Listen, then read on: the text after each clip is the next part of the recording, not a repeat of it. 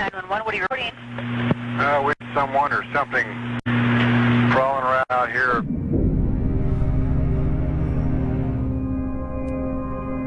Did you see what it was? A person or an animal or? I can't tell. All I know is my sensor light came on and I just happened to glance and see this thing running across the yard. A good-sized man, or something that looks like a man. I don't know what it was, just that it ran across the yard. Okay. You've had problems in the neighborhood before? Yeah, my dog was killed here just recently. I don't know what it was, whatever it is that's running. Couldn't catch it if I was going to chase it, but whatever it was standing up. I'm out here looking through the window now and I don't see anything. I don't want to go outside. Jesus Christ, you better... Dio! Hello? Get somebody out here. What's going on now, sir? That son of a bitch is about 6'9", I don't know. You see him now, sir? Yes, I'm looking right at him. Uh-oh. Okay, hang on. He's right... Is he in your yard, sir? Yeah, God, he's big. Okay, what's he in your yard? He's looking at me. Oh, the guy is on foot. I don't know what... It's big, real big person. That's all I can say. Okay, it is a person. Yeah, it was a person or somebody really big.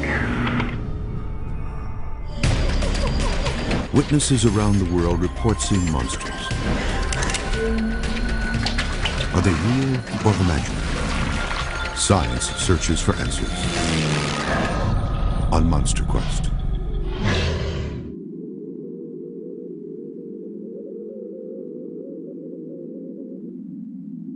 This thing weighed close to 400 pounds or more. It had an extremely pointed head. This thing was huge, 8, 9 feet tall. This noise was like nothing I've heard before.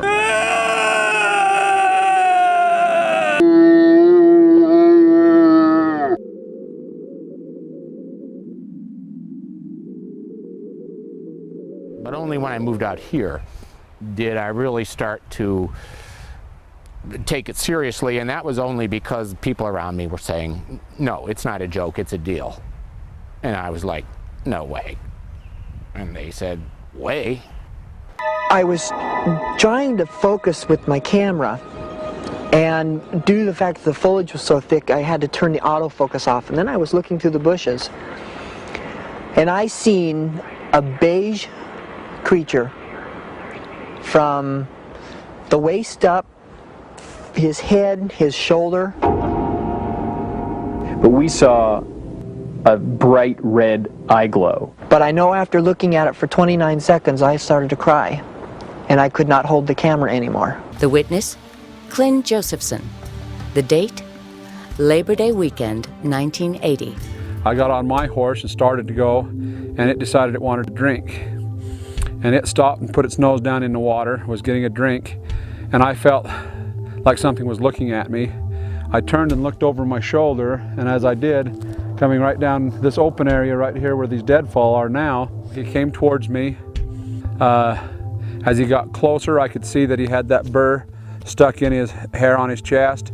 He had a smear of something on his face, whether it was blood or could have been fruit or anything that they'd been eating around this area. When we got to here, there had been about 8 to 10 logs, probably 25 to 30 feet long, maybe a little longer than that. But they were all laying in one direction. I would just say, you know, you can have your beliefs. That's up to you. What I saw, I saw. But I never felt fearful of it. I always felt like I could feel it in my heart. I could feel like almost calling me to be with this sound. It was very familiar, and I just remember it as wanting to be there. I wanted to hear it. Other things also happened. Probably the most important single event was when I spent all night whacking, always 3 times, whack, whack, whack. The repercussions of that were obvious. I thought I was being the experimenter, and the tables just turned. He didn't seem like he was spooked by me, and I know he knew I was there, but he didn't pay me no attention. Graham's experience closely aligns with many others, attracted to things like wood cutting or children playing. And then there is the telltale smell that Graham noticed. The horse apparently smelled him, and that's about the same time I smelled him. And it was a very putrid odor. I smelled something, and I was thinking maybe it's a dead animal, dead cow, something up in here, because you always find them up in here. And then it dawned on me that, why didn't I smell it earlier? I've seen one, I've experienced it, I've smelled it, I've lived it. It scared me to death. I believe they exist. The way things are coming together, the way the sightings have been happening, sooner or later they're going to find one. I saw him going behind some trees, so we ran home. I've never seen any sign of him, and hope I don't. Can't really say whether I believe him or not. I'd have to see it, but I won't say that I don't. To the disbelievers, there's going to be rather a large, hairy surprise one day when somebody finds one.